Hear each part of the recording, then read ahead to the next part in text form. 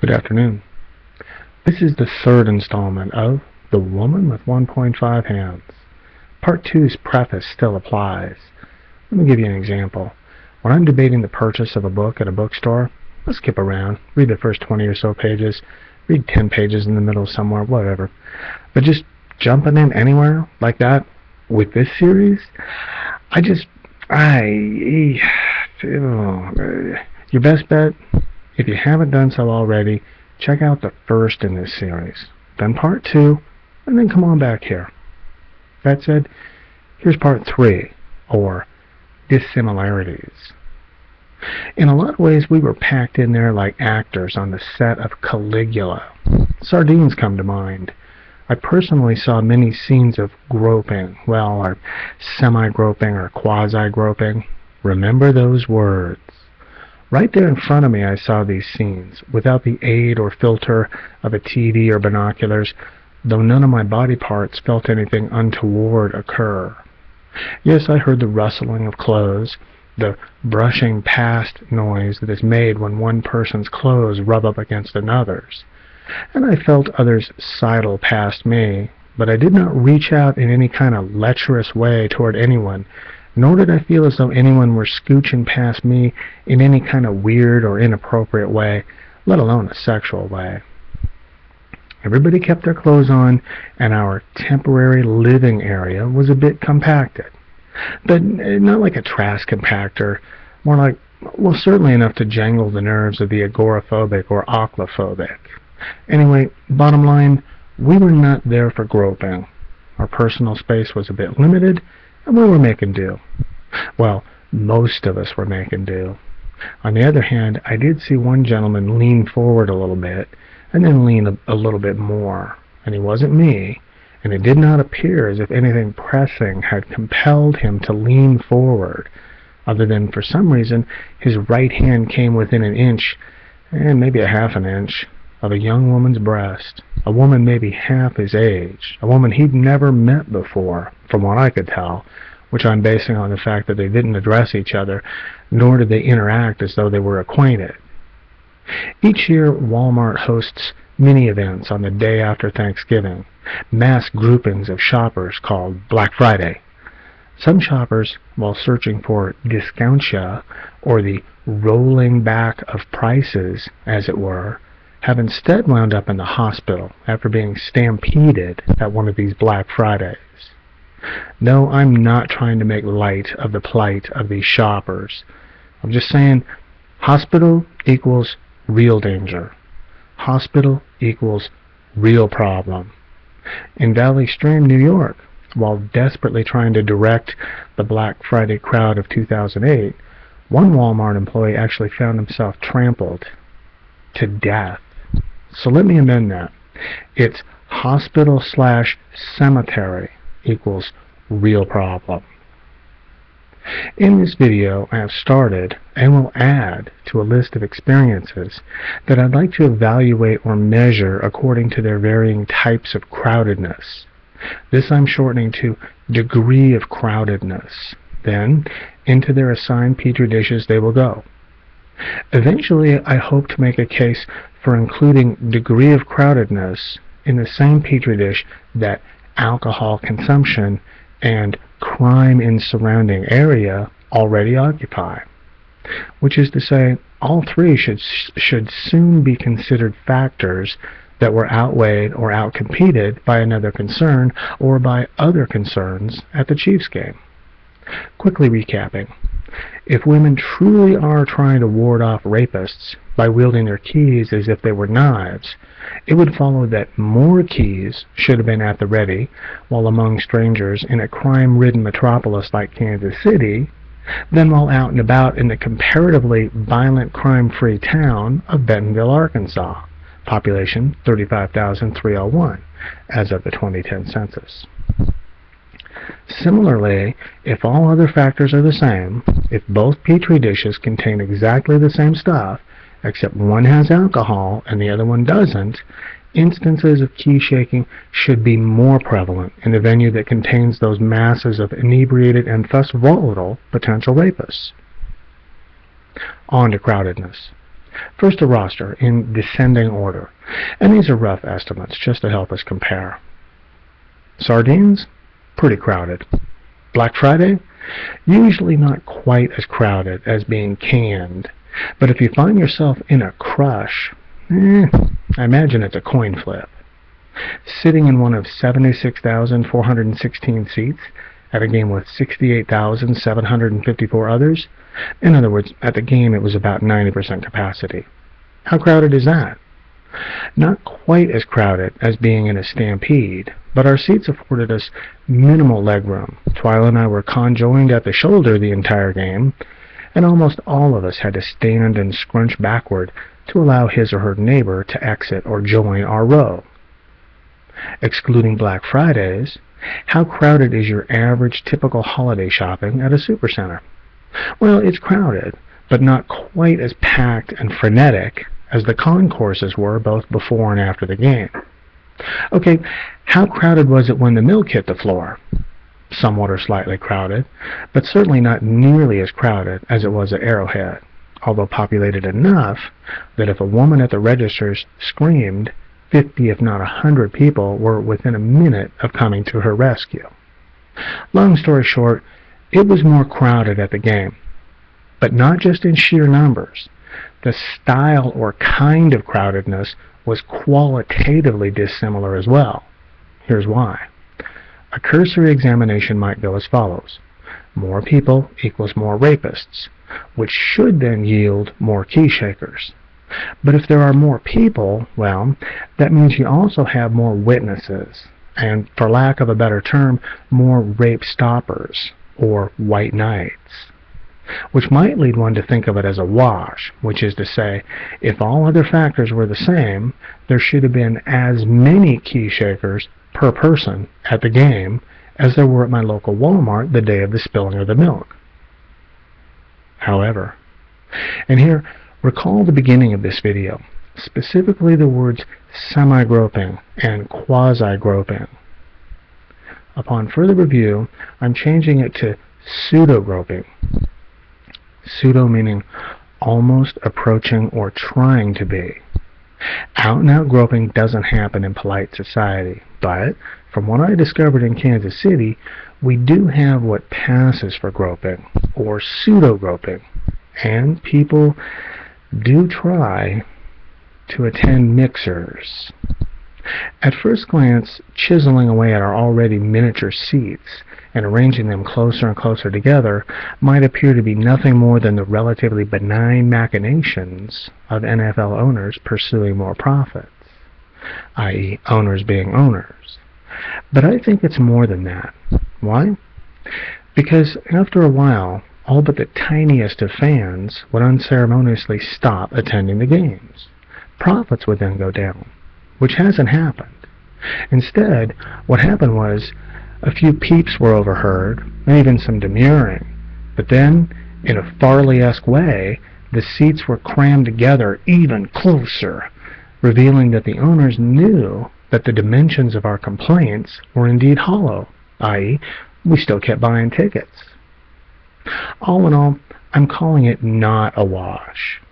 If being pseudo-groped by strangers is not reason enough for self-respecting women to arm themselves with their keys, then I don't know why any woman would ever wield her keys in the presence of any strangers. In other words, if anything, there should have been even more key shakers per person at the game than at the Supercenter, instead of none. Which makes me think this third factor, degree of crowdedness, was being outweighed or outcompeted by another more powerful factor, or by other powerful factors. Duration of event. On the face of it, this dissimilarity looks appealing. Looks like it might point us toward an answer or the answer. But, after breaking it down, I think I can demonstrate that it too should be considered a wash. Here's how. It's a given that at both venues, keys also serve a primary function for which they were designed in the first place, namely, locking and unlocking one's vehicle. It seems reasonable, then, that one's keys might remain in one's hand while traversing a place where said vehicles are known to congregate, i.e. a parking lot, be it at a game or a store. Sidebar. We're so used to using our keys and thinking of our keys for their epiphenomenal or supererogatory purposes, like cleaning out unwanted grout from tiles or screwing in a screw when a screwdriver's not handy. In other words, we're so used to using our keys for non-lock-oriented tasks that it might seem strange, but of course only for a brief millisecond, to actually use keys for locks, to think of keys in terms of locks. In the 1930s, for instance, long before all this key-shaking stuff schlepped into our lives, a fan of the Chicago Bears, going to see them take on the Detroit Lions, could easily be envisioned locking his Packard, starting to walk toward the field, and still holding onto his keys for a time. So far, so good. Soon enough, though, if he wanted to, say, hold 2 beers at the same time, he would have again thanked God for inventing pockets and pocketed his keys. And nobody would have given any of that a second thought. End of sidebar. That said, I'd like to start our 2 hypothetical stopwatches at the 2 venues after being patted down at the gates and after getting a cart from the greeter. From that point forward, it should be at least 3 hours before you approach your vehicle again at the ballpark. Conversely, a stay inside a supercenter is either a shorter visit or a much shorter visit. Milk and bread? 10 or 15 minutes tops. Shopping for the entire week? Half hour maybe. Certainly under an hour. Unless you stop by the vision center or get your hair trimmed or have your tires rotated or your throat cultured at the mini clinic.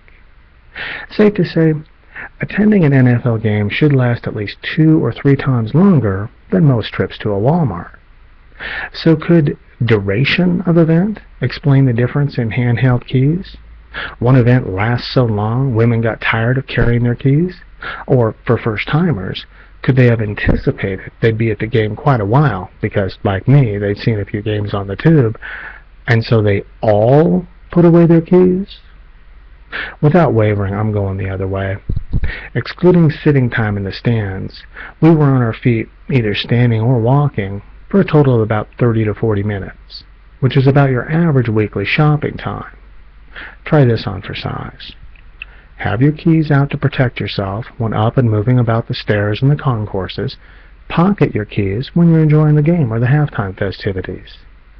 It just seems logical to me that if a Chiefs fan were holding her keys, and then after a while grew tired of them scraping and gouging into her palm, that she'd pocket them at least temporarily while sitting, but then wield them again when she went for a spritz, and then again while heading toward the parking lot. Which is why I'm calling duration of event a wash as well.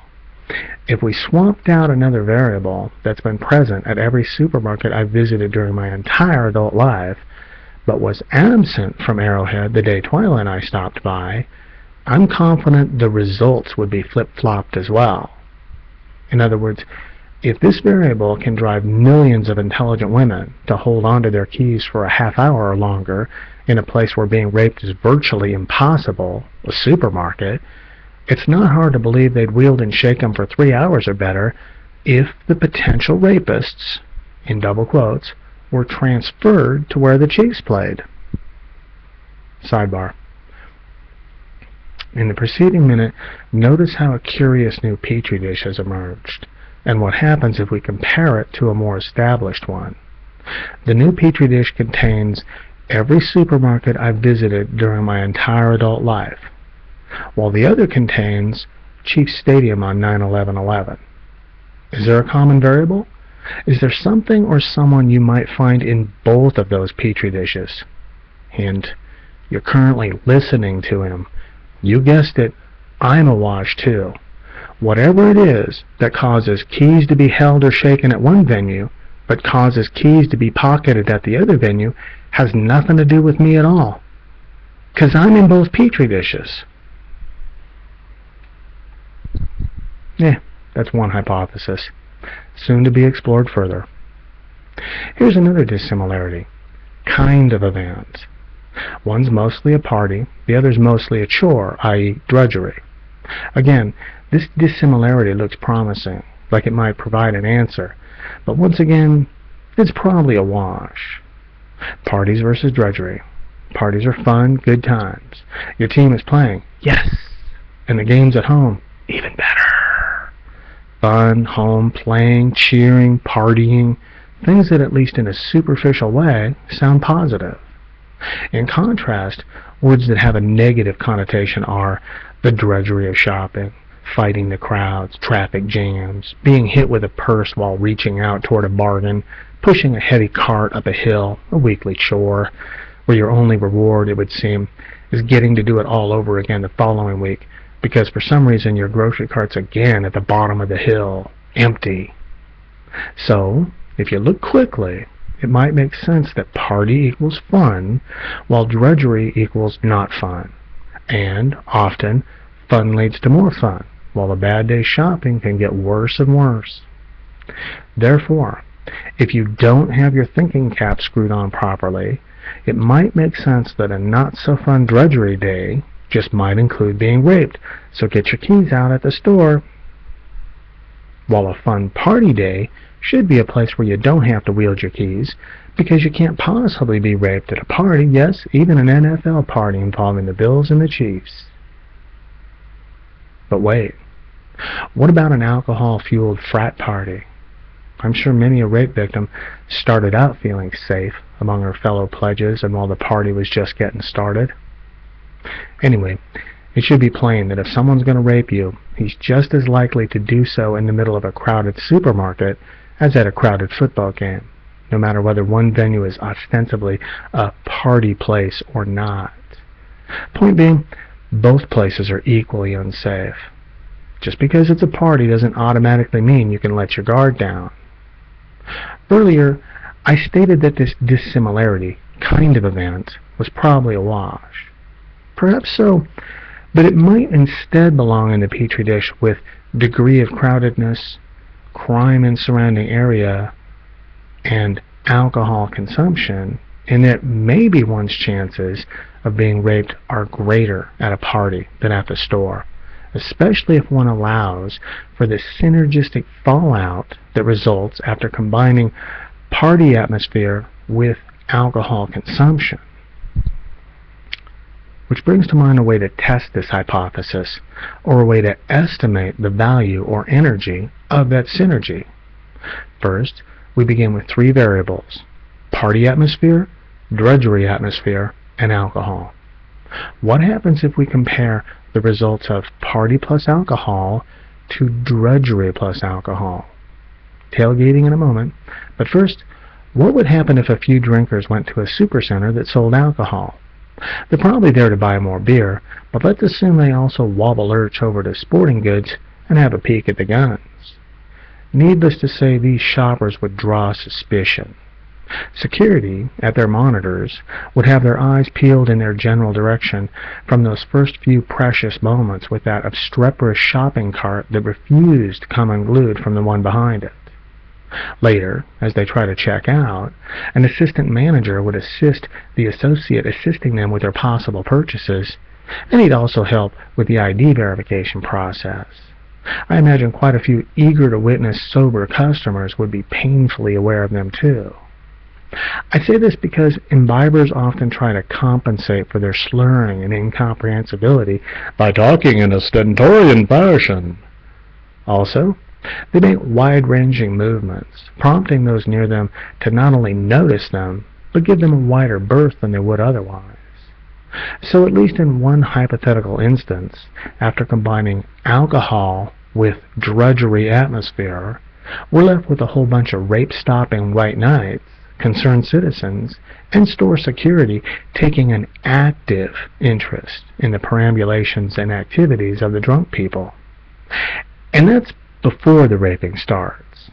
Chances of that rape getting past the stages of overture? Not very good.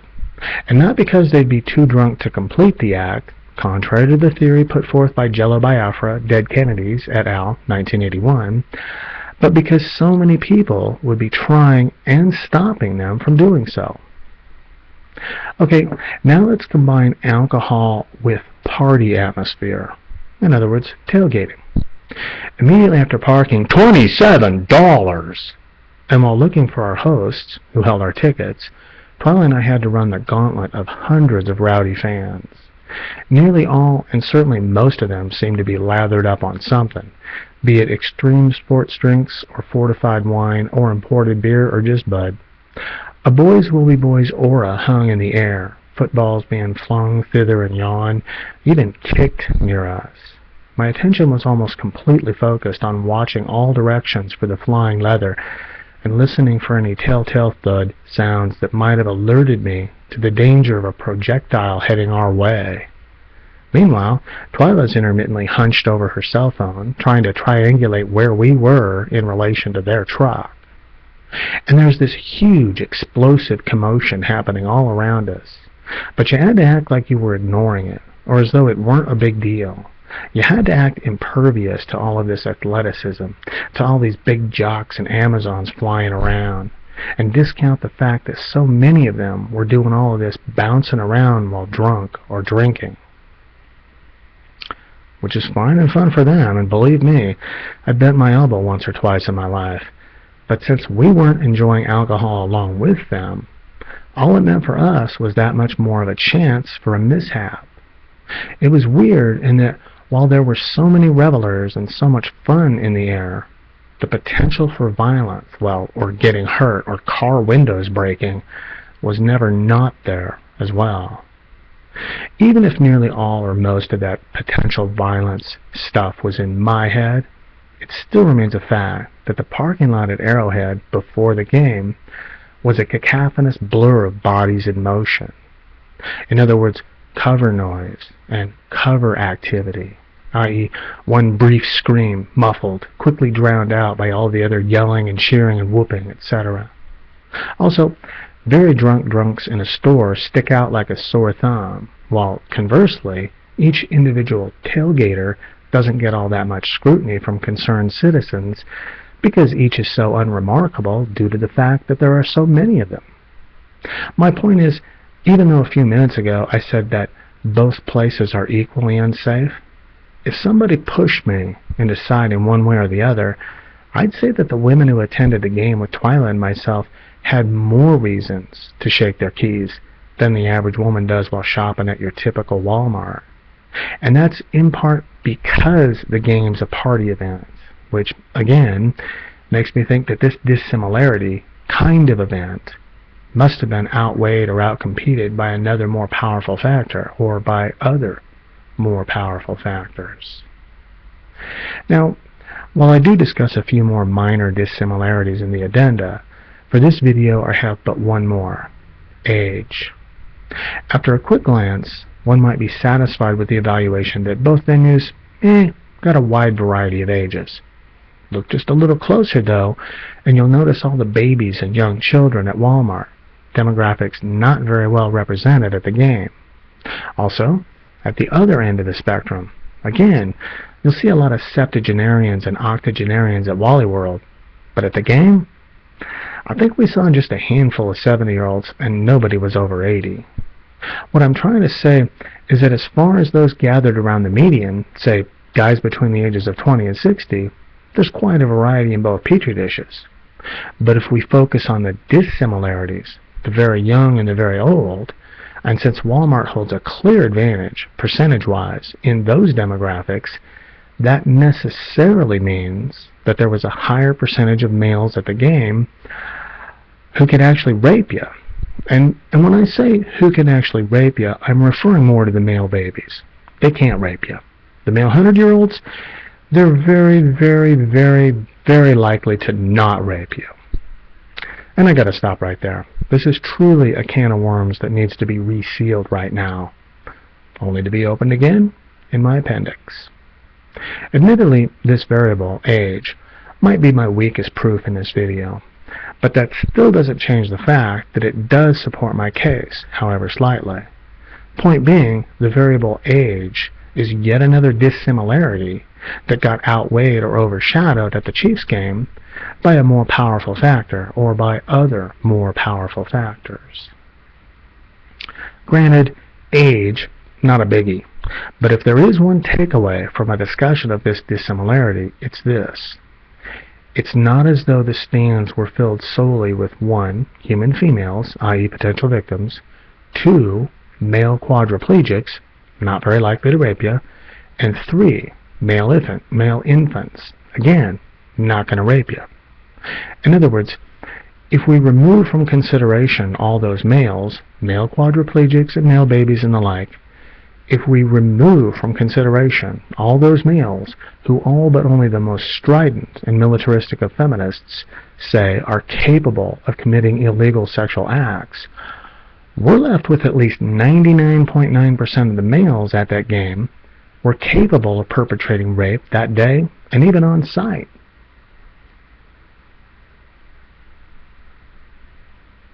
So where were the keys? Perhaps their silence and invisibility, at least from my vantage point, had something to do with being locked in / locked out. Well, I suppose unlike the Hotel California, where it's rumored you can check out, but you can't leave, yes, unlike that famous hotel, one can check out and one can leave both the game and a Walmart whenever one wishes, provided, say, one hasn't been detained for obnoxious behavior or felled by a heart attack. But do the same rules apply regarding entrance? Seems like just about anybody can march right into a Walmart, any Walmart, and just about any time, too, because most of them are open 24 hours a day.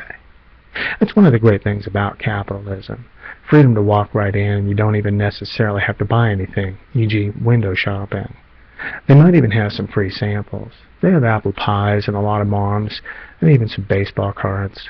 It's really what this great land of ours is all about. I'm tearing up a little bit.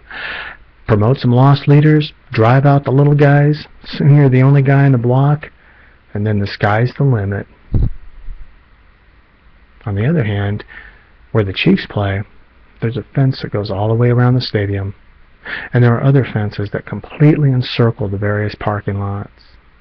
Is it possible that on 9/11/11 and outside those fences, we might have found a broad tapestry of society, including potential victims and potential rapists without quotes, and potential rapists with quotes, but inside those fences there remained only potential rapists without quotes and their prey? Is that possible? In other words, does the fact that I neither saw nor heard even one woman wield nor shake her keys once we were inside the stadium's fence have anything at all to do with a mass conception or widespread misconception that all of the potential rapists, in double quote marks, in the greater Kansas City area that day remained outside of the gates? The answers to these questions and more are on the way. Next time, Part 4, or a different approach.